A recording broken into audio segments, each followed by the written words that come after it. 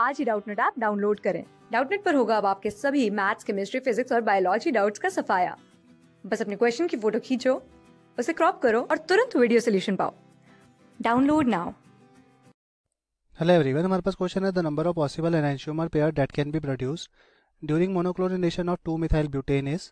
सो हमारे पास एक कंपाउंड दे रखा है 2 मिथाइल ब्यूटेन, इसके मोनोक्लोरिनेशन रिएक्शन परफॉर्म करवानी है और इसके साथ में बताना है कि कितने number of possible enantiomer pair बना पाएगा रिएक्शन होने के बाद। तो सबसे पहले यहाँ पे एनांशियोमर होता है क्या, वो डिस्कस करेंगे। एनांशियोमर बेसिकली 2 आइसोमर्स होते हैं जो एक दूसरे के नॉन सुपरइम्पोजेबल मिरर इमेजेस बना पाते हैं। सो अगर हम एनांशियोमर का डेफिनेशन देना चाहें, सो enantiomers are two stereo isomers which are non-superimposable mirror image of each other. Non-superimposable mirror image of each other. सो ये बेसिक डेफिनेशन हो जाती है एनांशियोमर की। अगर हम इसका स्ट्रक्चर कंसिडर करें तो वो कार्बन एटम जो कायरल होते हैं वो बेसिकली एनांशियोमर पेयर बना पाते हैं। तो एक कायरल कार्बन एटम कंसिडर कर लेते हैं। एक कार्बन एटम अगर वन साइड से कार्बोक्सिलिक एसिड, एक साइड से ये मिथाइल, और यहाँ पे ऑन अबव द प्लेन अगर हम एक फंक्शनल ग्रुप यहाँ पे हाइड्रोक्सिल कंसिडर कर ले और बिलो द प्लेन हाइड्रोजन जो बेसिकली होता भी है। सो ये हमारा कायरल कार्बन एटम प्रेजेंट है बीच में, क्योंकि ये चारों तरफ से डिफरेंट फंक्शनल ग्रुप के साथ सब्स्टिट्यूटेड है। सो हमारी डेफिनेशन के अकॉर्डिंग ऐसे दो स्टीरियो आइसोमर जो एक दूसरे के non super imposable mirror image होते हैं वो एनांशियोमर पेयर हो जाते हैं। अब हम इसकी मिरर इमेज कंसिडर करें। सो मिरर इमेज के अंदर कार्बन एटम बीच में प्रेजेंट रहेगा, हाइड्रोक्सिल फंक्शनल ग्रुप जो है अपोजिट साइड में आ जाएगा, क्योंकि यहाँ पे हमें इसका मिरर इमेज बनाना है। सो ये OH फंक्शनल ग्रुप इस तरह और कार्बोक्सिलिक एसिड फंक्शनल ग्रुप हमारा इस तरह आ जाएगा, और ये हाइड्रोजन जो बिलो द प्लेन है और मिथाइल ग्रुप हमारा इस तरह। सो ये कंपाउंड जो है वो एक दूसरे के नॉन सुपरइम्पोजिबल मिरर इमेज है, तो इसका मतलब ये कंपाउंड एक एनांशियोमर पेयर है। अब हमारे पास जो कंपाउंड दे रखा है 2 मिथाइल ब्यूटेन, इसकी मोनोक्लोरिनेशन रिएक्शन करवाने के बाद हमें बताना है कि कितने number of possible enantiomer pair बन पाते हैं। सो 2 मिथाइल ब्यूटेन का अगर हम सबसे पहले स्ट्रक्चर कंसिडर करें, उसकी मोनोक्लोरिनेशन रिएक्शन परफॉर्म करके बताते हैं कि कितने आइसोमर बन रहे हैं इसके अंदर। सो 2 मिथाइल ब्यूटेन मतलब 4 कार्बन एटम की हाइड्रोकार्बन एटम चेन होगी और 2 पोजीशन पर एक मिथाइल ग्रुप सब्स्टिट्यूटेड होगा। सो ये हमारा कंपाउंड हो जाता है 2 मिथाइल ब्यूटेन। अब हम इसकी मोनोक्लोरिनेशन रिएक्शन करवानी है और कंपाउंड इस समय हमारे पास एक एल्केन है। तो एल्केन कंपाउंड की जो क्लोरिनेशन रिएक्शन होती है वो chlorine molecule in presence of light करवा सकते हैं, और यहाँ पे जो रिएक्शन मैकेनिज्म फॉलो होगी वो फ्री रेडिकल मैकेनिज्म होगी, क्योंकि एक होमो मॉलिक्यूल क्लोरीन फॉर्म में प्रेजेंट है हमारे पास, और जब क्लोरीन रिएक्ट करता है यूवी लाइट के प्रेजेंस में तो ये फ्री रेडिकल का जनरेशन करता है, और फ्री रेडिकल की रिएक्शन ही हमारे 2 मिथाइल ब्यूटेन कंपाउंड के साथ होगी। तो प्रोडक्ट फॉर्मेशन कहाँ कहाँ हो सकता है, अगर हम ये कार्बन एटम का हाइड्रोजन निकालेंगे तो फ्री रेडिकल जनरेट होगा, और ये कार्बन एटम का भी हाइड्रोजन निकालेंगे तो फ्री रेडिकल जनरेट होगा।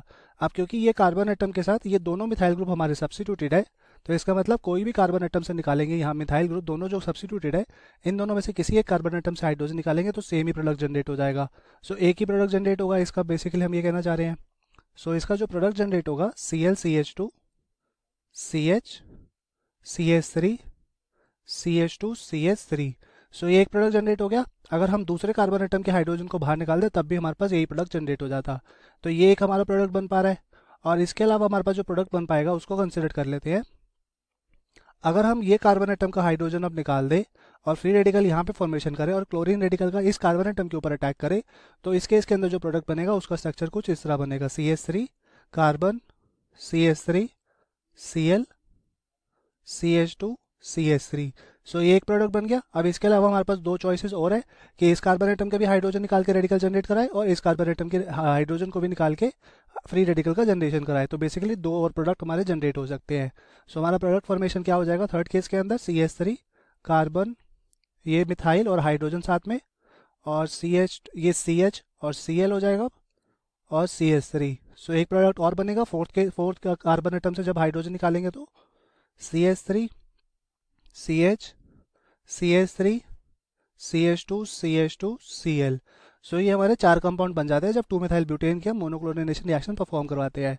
अब हमें बताना है कि कितने number of possible enantiomer pair बनेंगे, और जैसे हमने स्टार्टिंग में डिस्कस किया था कि पॉसिबल एनांशियोमर पेयर बताने हो तो उसके अंदर कोई ना कोई कायरल कार्बन एटम प्रेजेंट होना चाहिए, तभी वो एनांशियोमर पेयर बना पाएगा। सो हमारे पास जो प्रोडक्ट फॉर्मेशन हुए उसके बाद कंसिडर करते हैं कि किस कंपाउंड के अंदर कायरल कार्बन एटम प्रेजेंट है। सो अगर हम फर्स्ट कार्बन एटम कंसिडर करें तो ये 2 हाइड्रोजन से सब्स्टिट्यूटेड है, तो मतलब यहाँ पे 2 फंक्शनल ग्रुप तो सेम हो गए, तो इसका मतलब ये कंपाउंड, ये कार्बन एटम इस समय कायरल नहीं है। और अगर हम नेक्स्ट कंसिडर करें ये कार्बन एटम, इसके पास मिथाइल भी है, हाइड्रोजन भी है, बट ये 2 CH2 ग्रुप से अटैच है, तो इस वजह से कहेंगे कि ये कार्बन एटम भी एक कायरल कार्बन एटम नहीं है।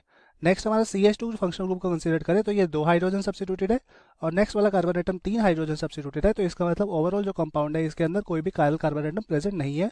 सो इसका मतलब ये एक एनेंटियोमर पेयर नहीं बना पाएगा। नेक्स्ट जो हमें यहाँ पे कंपाउंड हमारा प्रोडक्ट ऑब्टेन्ड हुआ है, इसके अंदर कार्बन यहाँ थ्री हाइड्रोजन सब्स्टिट्यूटेड है। ये जो कार्बन 3 हाइड्रोजन सब्स्टिट्यूट होते हैं तो ये कायरल कार्बन एटम तो नहीं हो सकते, क्योंकि 3 हाइड्रोजन से सब्स्टिट्यूटेड है, और कायरल कार्बन के लिए चारों तरफ से डिफरेंट फंक्शनल ग्रुप होना चाहिए।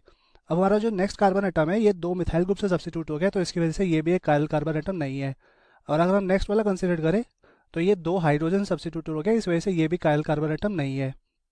और अगर ये इसका मतलब ओवरऑल कंपाउंड के अंदर कोई भी कायरल कार्बन एटम नहीं है, तो इस वजह से ये भी एक एनेंटियोमर पेयर नहीं बना पाएगा। नेक्स्ट जो हमारे पास ऑप्शन दे रखा है उसको कंसिडर करें। सो इस केस के अंदर हमारा ये कार्बन मिथाइल वाले, इनके पास 3 हाइड्रोजन है। सो 3 हाइड्रोजन होने की वजह से ये कायरल कार्बन एटम नहीं बना सकते, तो मतलब ये जो हमारे मिथाइल के कार्बन एटम है ये कायरल कार्बन एटम नहीं है। नेक्स्ट जो हमारे पास ये कार्बन का 7 हाइड्रोजन जो सब्स्टिट्यूटेड है, सो ये 2 मिथाइल ग्रुप के साथ सब्स्टिट्यूट होने की वजह से ये भी कायरल कार्बन एटम नहीं बना सकते, सो ये भी हमारा कायरल कार्बन एटम नहीं होगा। नेक्स्ट अगर हम कंसिडर करें कार्बन के साथ जो हाइड्रोजन सब्स्टिट्यूटेड है और इसी के साथ में कार्बन हाइड्रोजन है, सो फॉर एग्जांपल यहाँ पे अगर हम डिस्कस करें, ये हमारा कार्बन के साथ जो हाइड्रोजन सब्स्टिट्यूटेड है और इसी के साथ में हमारा एक मिथाइल ग्रुप है, एक Cl ग्रुप है और एक CH फंक्शनल ग्रुप है। सो ये कार्बन एटम जो बीच में प्रेजेंट है ये चारों तरफ से डिफरेंट फंक्शनल ग्रुप के साथ सब्स्टिट्यूटेड है, तो इसके वजह से कह सकते हैं कि जो सेंटर में कार्बन एटम प्रेजेंट है ये कायरल कार्बन एटम प्रेजेंट है। सो कायरल कार्बन एटम प्रेजेंट होने की वजह से ये एक एनेंटियोमर पेयर बना सकता है। सो इसके एनेंटियोमर क्या बनेगा वो हम कंसिडर कर लेते हैं। सो इस कार्बन एटम का ये ऊपर से मिथाइल ग्रुप के साथ सब्स्टिट्यूटेड है, और नीचे ये कार्बन के साथ हाइड्रोजन, मिथाइल और ये मिथाइल, और इसके साथ Cl, इस Cl फंक्शनल ग्रुप को अगर हम राइट में लिख दें तो एक एनेंटियोमर बन जाएगा। अब हम इसकी मिरर इमेज बनाएंगे तो हमारे पास एक कंपाउंड और जनरेट हो जाएगा। तो ये कार्बन कार्बन कार्बन कार्बन, और इसके अलावा CH3 फंक्शनल ग्रुप जो है वो अब लेफ्ट साइड में आ जाएगा, बाकी हमारा हाइड्रोजन जो है वो राइट साइड में आ जाएगा। और क्लोराइड फंक्शनल ग्रुप भी हमारा अब लेफ्ट साइड में आ जाएगा और हाइड्रोजन राइट साइड में। सो मिथाइल फंक्शनल ग्रुप हमारा वैसे का वैसे ही रहेगा दोनों साइड में। सो ये देखें तो एक दोनों के non super imposable mirror image है, तो इस वजह से कह सकते हैं कि जो हमारा थर्ड कंपाउंड बना था वो एक एनेंटियोमर पेयर बन चुका है। सो एक तो कंपाउंड हमारा एनेंटियोमर पेयर है। अगर हम नेक्स्ट ऑप्शन जो नेक्स्ट हमारा प्रोडक्ट बना था उसको कंसिडर करें तो इसके अंदर कार्बन एटम जो मिथाइल के हैं ये हमारे कायरल कार्बन एटम नहीं होंगे, क्योंकि 3 हाइड्रोजन सब्स्टिट्यूटेड है। अब ये कार्बन एटम को कंसिडर करें तो ये भी 2 मिथाइल सब्स्टिट्यूटेड है, तो इस वजह से ये भी कायरल कार्बन एटम नहीं होगा। अब इस कार्बन एटम को कंसिडर करें तो इसके पास 2 हाइड्रोजन है, नेक्स्ट वाले कार्बन एटम के पास भी 2 हाइड्रोजन है, तो इसका मतलब ये भी हमारा कायरल कार्बन एटम कंसिस्ट नहीं करता, इस वजह से ये भी ऑप्शन यहाँ पे हमारा गलत हो जाएगा।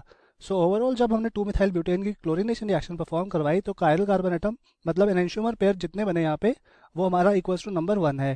सो नंबर 1 है, इस वजह से कह सकते हैं कि ऑप्शन नंबर 4 यहाँ पे करेक्ट हो जाएगा, बाकी ऑप्शन यहाँ पे इनकरेक्ट हो जाएगा, क्योंकि ऑप्शन 4 में कह रहा है कि एक ही एनेंटियोमर पेयर बन पाएगा जब मोनोक्लोरिनेशन रिएक्शन होगी 2 मिथाइल ब्यूटेन की। So option 4 is correct in this question. Thank you, hope you like it. Class 6 से 12 से लेके नीट, IIT, JEE मेंस और एडवांस के लेवल तक 10 मिलियन से ज्यादा स्टूडेंट्स का भरोसा। आज ही डाउनलोड करें डाउटनेट ऐप या व्हाट्सएप कीजिए अपने डाउट्स 8400 400 400 पर।